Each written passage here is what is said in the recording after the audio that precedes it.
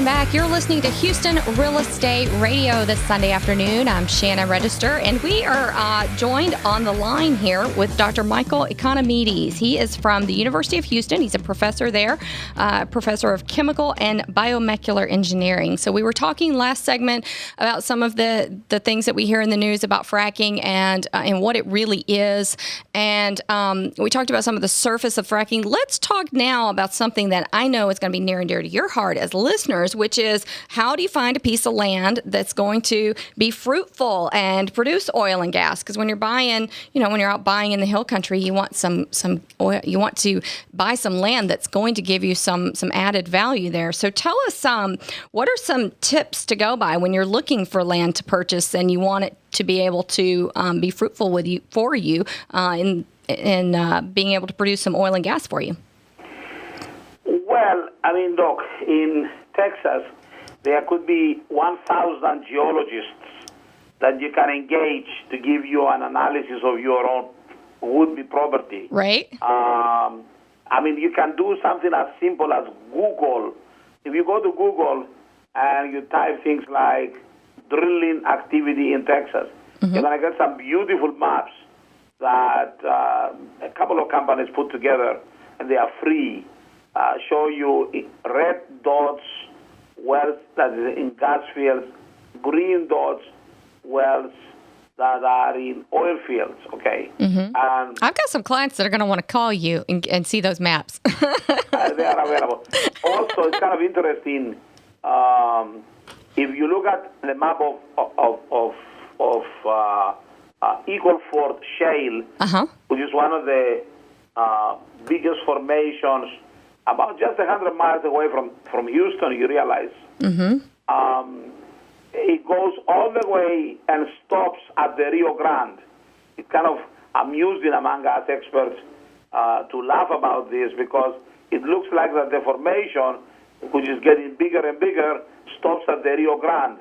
The non-funny thing is that Mexico is so far behind this technology that they haven't even begun to drill one well in that area. They have drilled a couple of wells.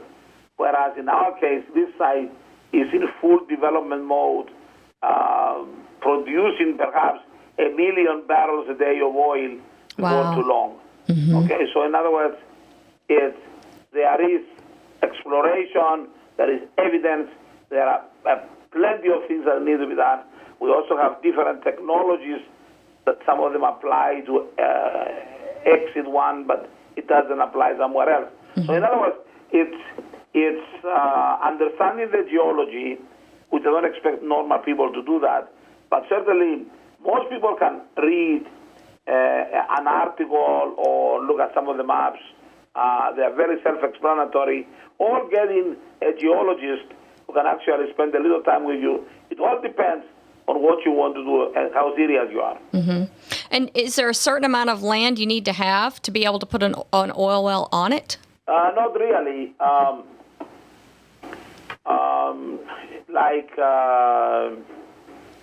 40-acre spacing is the smallest spacing you can have, okay? If you are a regular farmer in Texas, you probably have a square mile, a section, okay? So that's definitely available. Right. So about 40 acres. Correct. Okay. Now, what do you say to people who get these letters in the mail from the companies that, want to come out and start drilling on their land? I would imagine there's some scams that go along with that, and I would imagine there's some people who do it and do well, and then there's other people who do it and wish they hadn't done it. How does a normal consumer who starts being approached, how do they handle that? What's the best way to handle that? How do you know if people are telling you the truth, and how do you avoid scams?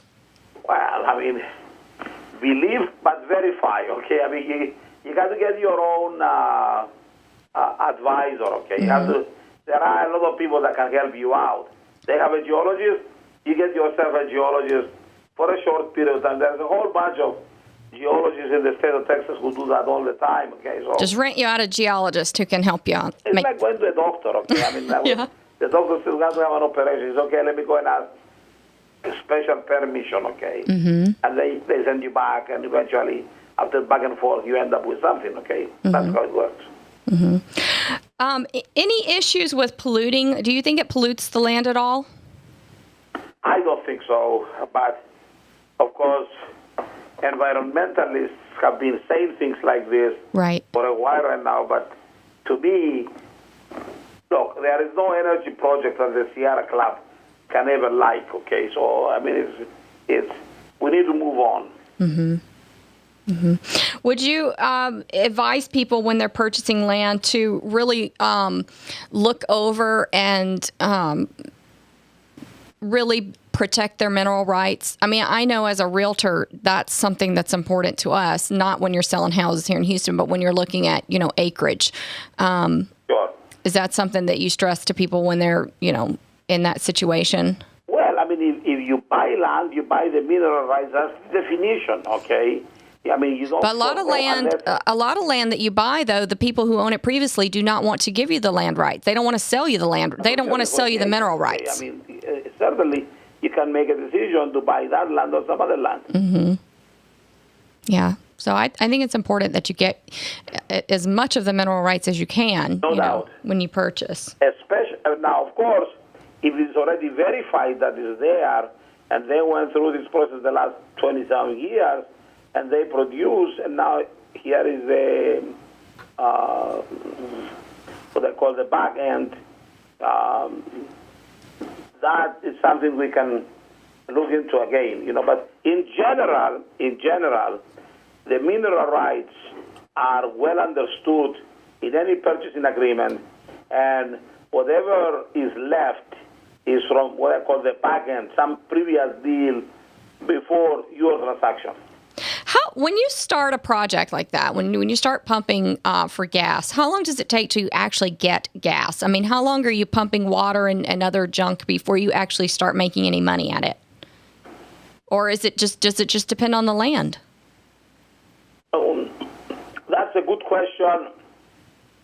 But let me tell you how to rephrase the question a bit. If you want to know how long it takes from the moment that you have an idea to drill first, because you have to drill first, right? Right. So that with permits and putting things together and the drilling itself, you are looking at 6 months. Okay. To get the project going. Okay. That's breakneck speed. Right. And then you drilled. And then you test the well, you log the well, you have a whole series of things you have to do. Right. And up to there, the traditional way is to get partners, financiers. So you develop the project. So you are the landowner, okay? So you go and hire geologist X who puts this program for you together. You then go and find the funding agency or a funding company or whatever, okay? So they're going to give you enough money to cover your cost. So then covering your costs includes the drilling and the decision-making to complete the well or not, okay? You haven't fracked anything yet. This is something you have to make a decision. I guess I'm thinking more about companies that come in. They do it all for you. They're just renting your land, paying you rent. And then when they do finally start pulling something, then you make money off of it, as opposed to going in and doing your own project. But in all cases, it's the same. Okay. After you find something and you can decide yes or no. You make an economic calculation and say, it makes sense to go ahead and complete and frack this well and then tie it up to production, okay? That process can take as little as a month. It all depends on how the equipment looks like in a particular area, how much activity is going on, and so on and so on. If the price of natural gas goes up, you may have to wait months before the service companies line you up to do your frac job, for instance. Okay? Now, once you do that, depending where you are, where you have the infrastructure, you can actually pump in the infrastructure and use it to move your oil, okay? Okay. So on a normal, average kind of landowner, what kind of money can you get off of it in, let's see, with 40 acres, with one well, how much could you get off of it in a year? What's the average? I mean, everybody hears about people who make millions and millions of dollars, but the average just person who owns land out there, what kind of money are they making? Any way to guesstimate it? Let me give you a modest amount. Okay. I would say $15,000 per month. Okay. That would be your share as the minimum production, and this is after you pay everybody. Okay. So $15,000 per month. Right. And if you don't own the mineral rights, you own like a fourth of the mineral rights. Of course, that's cut down. Okay. The mineral rights is extra. If you own them, you make extra money. Okay. Owning it, you get 20% off the top if you own the mineral rights. Okay. So that 20% may be distributed to different people due to their ownership. Well, whoever owns the mineral rights owns those. What about dead wells that you see? Like when I'm out showing properties, I'll see old dead wells that aren't being used anymore. Any way to revitalize those, or Absolutely. This is a big business, by the way. You see, when those wells were online, the technology was not here yet. So, in fact, it's a business on its own. I have a couple of students, young guys, by the way, who went out there, and you can get all these records from the State Railroad Commission of Texas, the Railroad Commission in Austin. Mm-hmm. You can get all the old records. These guys went and took the records. They found what we call E-logs, electrical logs, identified some sweet spots, went in there, reopened the well, ran something called a whipstock. It's an instrument to deviate the drilling pipe, and then drill horizontal wells, which when they were done, finished, one of the wells was producing 1,000 barrels of oil per day. These are 22-year-old kids, by the way. Wow. $1,000. That's a great success story. 1,000 barrels a day. That's $100,000 per day of income. Wow, that's fantastic. That's exciting. That's motivating. Makes you want to go out and buy land, right? Very exciting. That's exciting. All right, well, we appreciate the update. Some great information, because I know there are a lot of people out there. I mean, this is Texas. Everybody wants to own land in Texas, so it's a great thing to hear about. We appreciate you coming on the show. Thank you so much. Thank you. All right, we appreciate it, and we'll be right back with more here on Houston Real Estate Radio.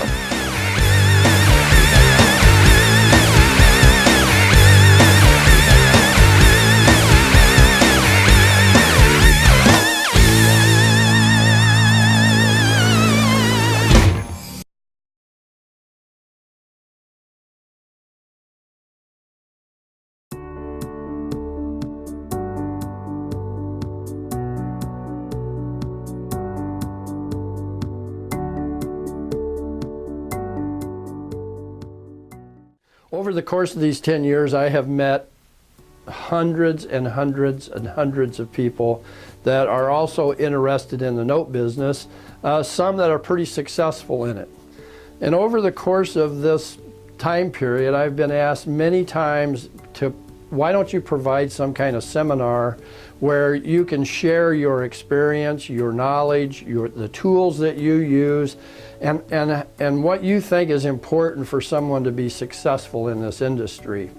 So I'm going to be covering what we actually do with firsts, with seconds, with performing, with non-performing. How do we handle institutional loans? How do we deal with seller finance loans? We're going to have some fun with money math, showing you how to enhance your returns with a simple use of a calculator. And we'll cover some of the note pricing things that we use. If you understand the note business, you could start and manage a fund. And we want to show you how to go about that. We're going to show you fundraising, we're going to show you capital raising. Maybe more importantly, it can be free. How? It can be free because if you buy a note from us, we will give you that $2,997 off of any note that you buy. The registration is going to be held to 50 people because we want a small group. Lunch will be provided every day so that you have the opportunity to not only network, but to visit with our people. I'll be there, Tyler will be there, Chrissy will be there, Sabrina, Ingrid will all be there. Probably a couple other of our people will attend at different days so that you can meet them and find out how they do their job. So, if you're interested in learning about the note business, if you're not too cool to go to school, if you're really interested in buying a note, and your tuition can be used to purchase that note, then there is absolutely no reason for you not to attend.